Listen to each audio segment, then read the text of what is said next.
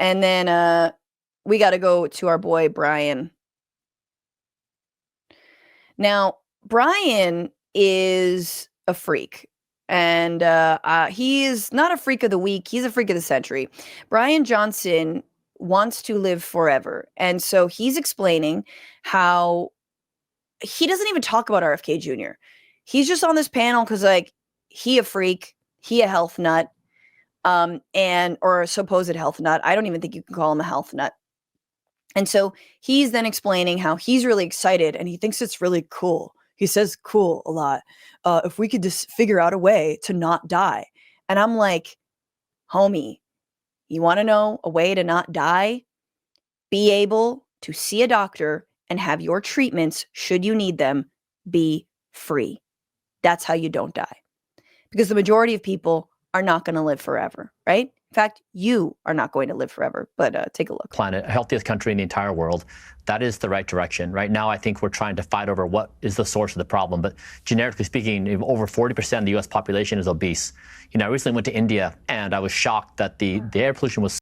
So, oops, I'm sorry. The reason I put my head in my hands is because we start getting on this obesity thing. And I find demonizing obese people to be one of the grossest things ever. It's like, there's one thing to be kind of like fat phobic or be sort of like, just disregarding fat people and like, making fun of them. That's almost like lightweight to use an analogy for this. But when you blame obesity on, it truly, like, he talks about the food supply, but we all know what this is. This is a way to blame fat people. This is a way to blame poor people. And this is a way to say, some lives just aren't worth it. It's just, whatever. It's these people that are addicted and it's their culture. Culture being a stand-in for a lot of other things. Almost everyone I saw was obese. I thought we have the same problems here, and I'm normalized to it. I couldn't see it. I'm oblivious to it. So I think we have a very serious problem. We are a terribly unhealthy country. It is bad for our work. It is bad for our play. It is bad for our family. It leads us all to be manic. It is a really terrible situation. So what I'm hopeful for is this is a wake-up call for all of us, that we can come together in a goal that we want to be the healthiest country in the world. And we have the fortuitous situation that we have the best technology in the entire world. If we can actually incorporate technology into our healthcare system in a way that's sensible and practical, I think we really could lead the world. So to me, I'm very bullish on this. But I just did my first panel, I have to say, and I'm not very good at, jumping in and making inflammatory remarks and like talking over people. So I need to get better. Maybe you shouldn't be on this panel then, my dog. This is where the real ones come. All right. Haven't you watched Piers Morgan? Maybe you should figure out what your talking point is, because don't nobody want to listen to you drone on about how you measure all your organs. Okay. And especially one of them, which we're going to talk about. So, I'm not used to coming in and, just making inflammatory statements. Does he have adult braces? Play. It is bad for our family. It leads us all to be manic. It is a really terrible situation. So what I'm hopeful for is this is a wake-up call for all of us, that we can come together in a goal that we want to be the healthiest country in the world. And we have the fortuitous situation that we have the best technology in the entire world. If we can actually incorporate technology into our healthcare system in a way that's sensible and practical, I think we really could lead the world. So to me, I'm very bullish on this. But I just did my first panel, I have to say, and I'm not very good at, jumping in and making inflammatory remarks and like talking over people. So I need to get better at this. But I think really this is like a really cool moment for us as a country, for us to find a new purpose for existence. Cool moment. Why is it, do you think, that we're so unhealthy? That's my question. Is it because we're one of the only developed nations without universal health care? Is it because millions and millions of Americans die every single day because they don't have access to a doctor? More money per civilian. I'll tell you this. I have been. Yes, we do. Because hang on. Don't talk about healthcare. Grant, I'll bring you in a moment. But Bryan, just to respond to that, the universal health care. Yeah, so over the past 4 years, 4 years ago, I posed this question: are we the first generation that won't die? Now, in any previous generation, it would have been absolutely crazy to pose that question. Of course, death is inevitable. At this moment, though, in the speed at which AI is developing, I think it is the first time in human history where you can ask with a sober face that we may be the first generation who won't die. I agree. Now, doing that, I've become the most measured person in the world. And we have measured everything, every biological age of every organ in my body. Also, we've measured the toxins in all foods and all supplements. I can tell you, I've learned the outcome is food is guilty until proven innocent. The toxin load in our foods is insane. So no, you don't think that access to a doctor helps you stay alive? So wait, hold tight. No. Like, why do you interrupt so much? Why do you? Because I'm trying to get to the point. I asked you a very specific question, and you're repeating how you're never gonna die, and all the blood boys that you have on on lock, or like nobody cares, man. We're not as rich as you to live forever. People want to be able to see a doctor. People want to survive when they get a diagnosis. People want to get access to meds and not go bankrupt. Medical bankruptcy is the leading cause of bankruptcy in this country. Don't you know that? Or are you too rich to sort of like X yourself out of that situation? Matt, you are really a rude person. You are a rude person. Oh, honey, you're talking to a real one. You're talking to a little plebe. You're talking to someone who's actually holding you accountable. You're talking to someone who doesn't have the money you have. You're talking to someone who might, wait on your table. You're talking to someone who makes far less money than you do, my guy. And I feel you. If you're not used to the wrath of the everyday person, if you have no idea what it's like to try and survive the medical system in this country on a minimum wage or even on a good wage, then oh my God, you poor little soul.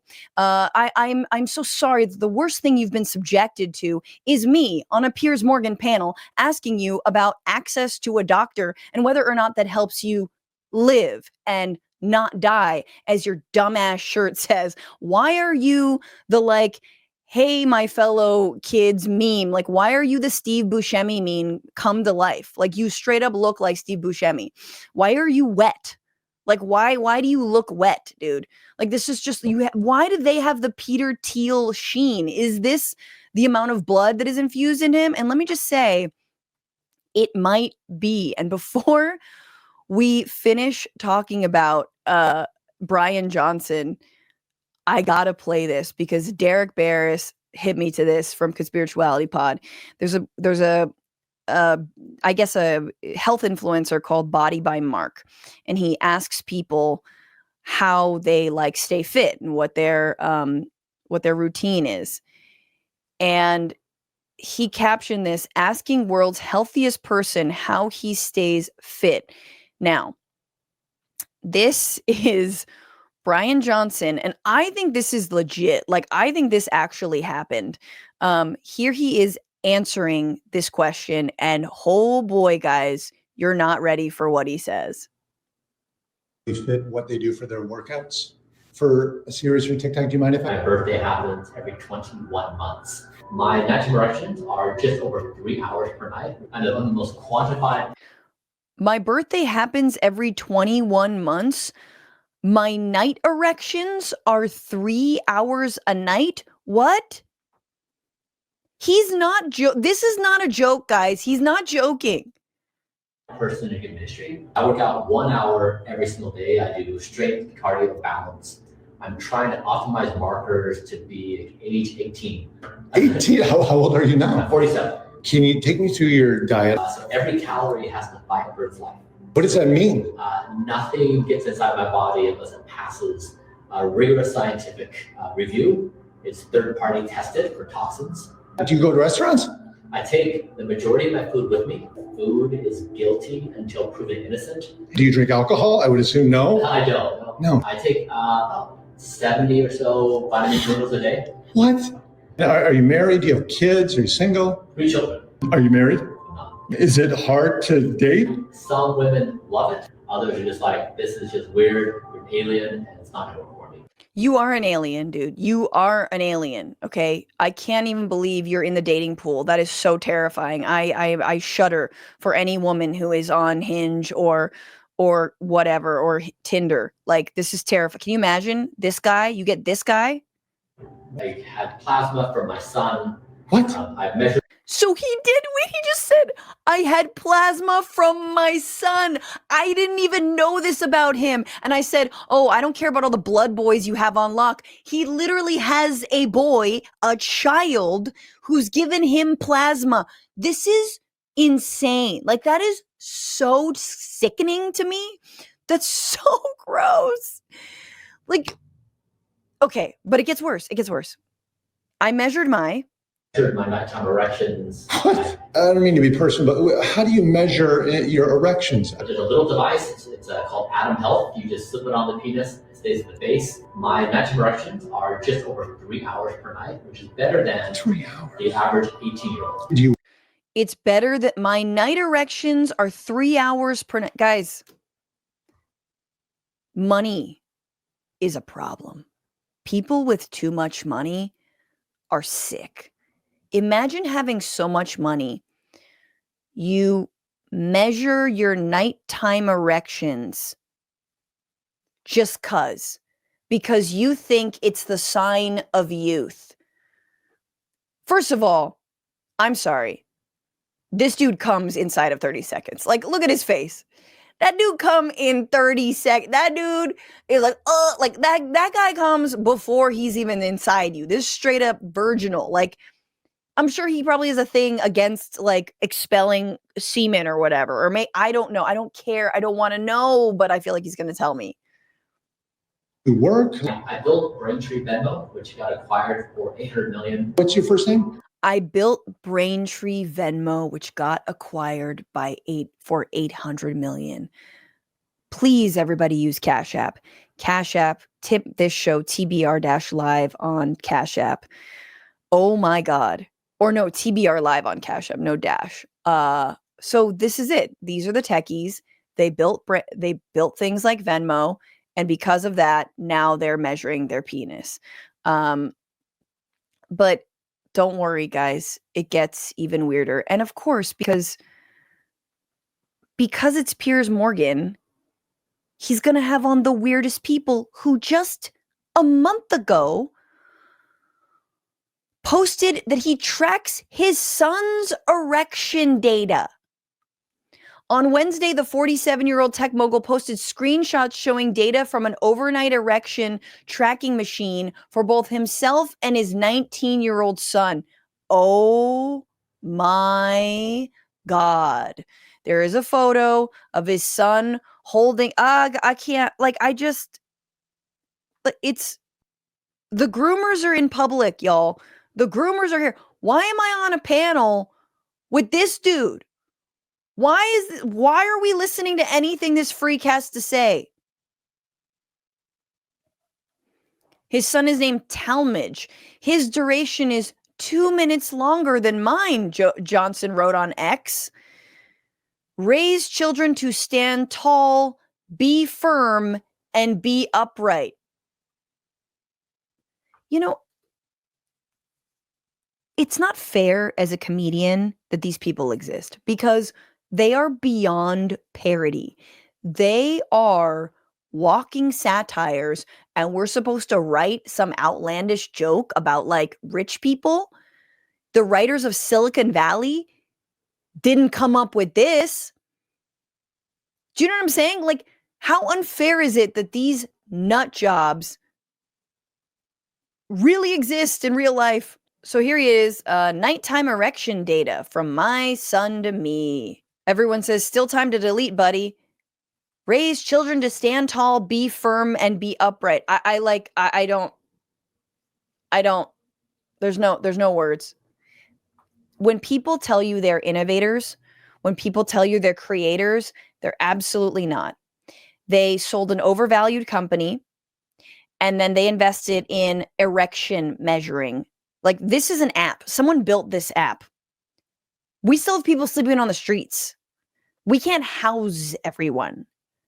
Okay? We don't have public transportation that functions. Why do we have to still sit in traffic and motherfuckers are measuring their dicks and their sons' erections with an app? How much do you think this app sold for? Alexi Nella, we have technology in the medical system. It's called medicine. The issue is people can't afford them. Also, vaccines are technology. These Maha people are a joke. Rage Rock for now. Wellness farms will be paid for by USAID. Oh, wait. Yes, I hurt his feelings. I hurt his fifis, says Robert. I like, there's no words. There's no words for these psychos. Okay, last little bit. So, my last little salvo, because salvo, I guess. They were talking on and on about big pharma. They were talking on and on about, food supply and all this. And so I had to kind of meet them where they're at, in the brainworms area. What I'll say is this. One thing that I was not able to do on this panel that I wish I had was really talk about the private health insurance industry. And I've said it before, that we really need to, on the left and progressives and just normies in general, need to understand how to talk about targets. The right is so good at going after fat people or the food supply, food industries, right? But as I mentioned, they never actually talk about, the corporate powers that own these food supplies and that, lobby our elected officials. But the same thing with the universal healthcare. If I said universal healthcare multiple times, but I never said private health insurance industry. And the fact that someone like Luigi Mangione can off this CEO of United Healthcare and people are kind of excited about that tells you everything you need to know about when you actually name who the enemies are. Obviously, I'm not saying that was a good thing to do, but naming that private health insurance is gouging us, taking our hard-earned money, taking the money of our small businesses and our employers. They're the reason we might not be able to get a raise because health insurance is that expensive, and they are wasting it, and they are denying us our coverage or the ability to see a specialist or, get another test done, right? Like that they're still continuing to gouge us and gouge us and gouge us and denying our claims and all of this and that. That is what we need to take aim at, right? That's how we get to universal healthcare, is all of the waste. And the reason people are spending so much money is because it's the private insurers who are gobbling it up.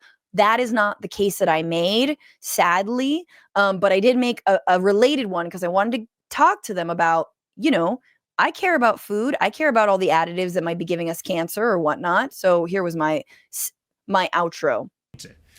In LA, that loaf can be sitting there for 6 weeks, 2 months, and it doesn't change. That's not right.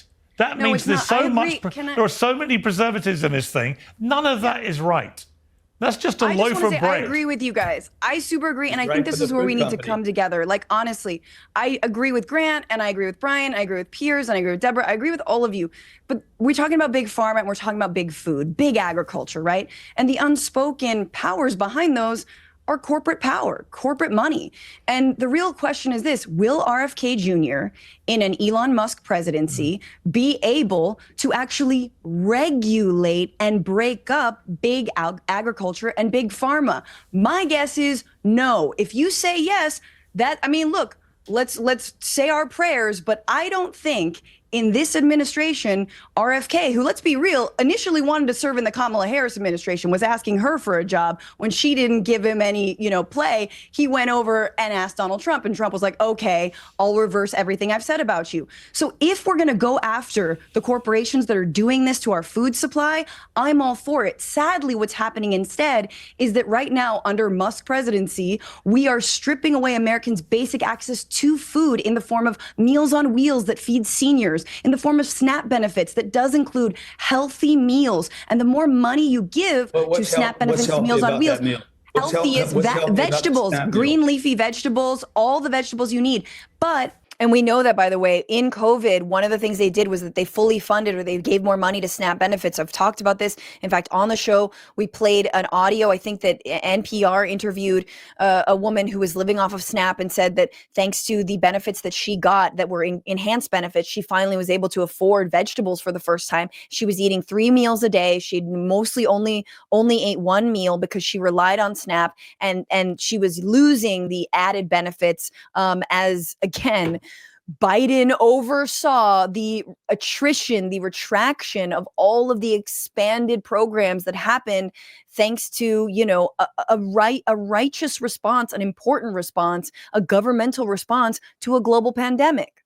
vegetables are more expensive than, yes, cheap carbs and McDonald's and all that. We know that. But if you actually fund those programs, which right now President Musk is defunding all of those programs, people aren't eating healthy. Another thing is Medicaid. Medicaid provides healthcare to poor and low income Americans around this country, millions, hundreds of mothers, disabled people, infants, millions of people in this country. 40% of all births are covered under Medicaid. At this point, the only way to like birth a healthy child is to accept some of Elon Musk's semen that he keeps on hawking around. Shout out to Ashley St. Clair, who was a guest on Uncensored only last week. So that's sort of where he left it. I love how he was like, just plugging my own show. Ashley St. Clair, this is, okay, the last thing I'll say. So when I was on Piers back in November, let's quickly find this for y'all. Piers Morgan back in November, right before the election, I went to, the News Corp building in New York, and was on a panel with Wajahat Ali, Ashley St. Clair, and some other bitch. I can't remember. Okay, here we go. And so and she was sitting next to me, and my girl had nothing, right? She had absolutely nothing to say, right? So she's here. We're kind of going back and forth. She had nothing to say. She was an absolute zero, because she's just kind of this like rando influencer sitting there, making sure to wear the short skirt. And she was just like cattily, like saying, like talking back to me, but like there wasn't a point, right? It was just like, yeah, whatever, your mama. Like there was that like energy. And I was like, who the fuck who is this? Like, who's this bitch? Who's this gnat who keeps on flying around my face? I don't even know who you are. Like, I don't know who you, like, I was just like, who are you? And then the only thing that sort of endeared me to her was that right outside, we're in a room right here. You can see it. And it's a glass room. So that outside there's actually like a waiting area that has some chairs. And so people who are like family or friends or whatever, I guess, could watch the program. And there was a baby. There was like older than 5 months. There was a like 7 month, like just like pushing up, maybe 6 months, like pushing up, standing, very cute baby outside with a caretaker, which I assume to be grandma. Ashley St. Clair is like 24. She's 25. She's young. And I think this is her second kid. So I was like, oh, what a cutie. I said that because I'm trying to be cordial. I'm not trying to be a total dick, even though I super disagree with her. I was like, oh, what is cute? She's very, he's very cute. Thank you. Okay, bye. That was Elon's baby.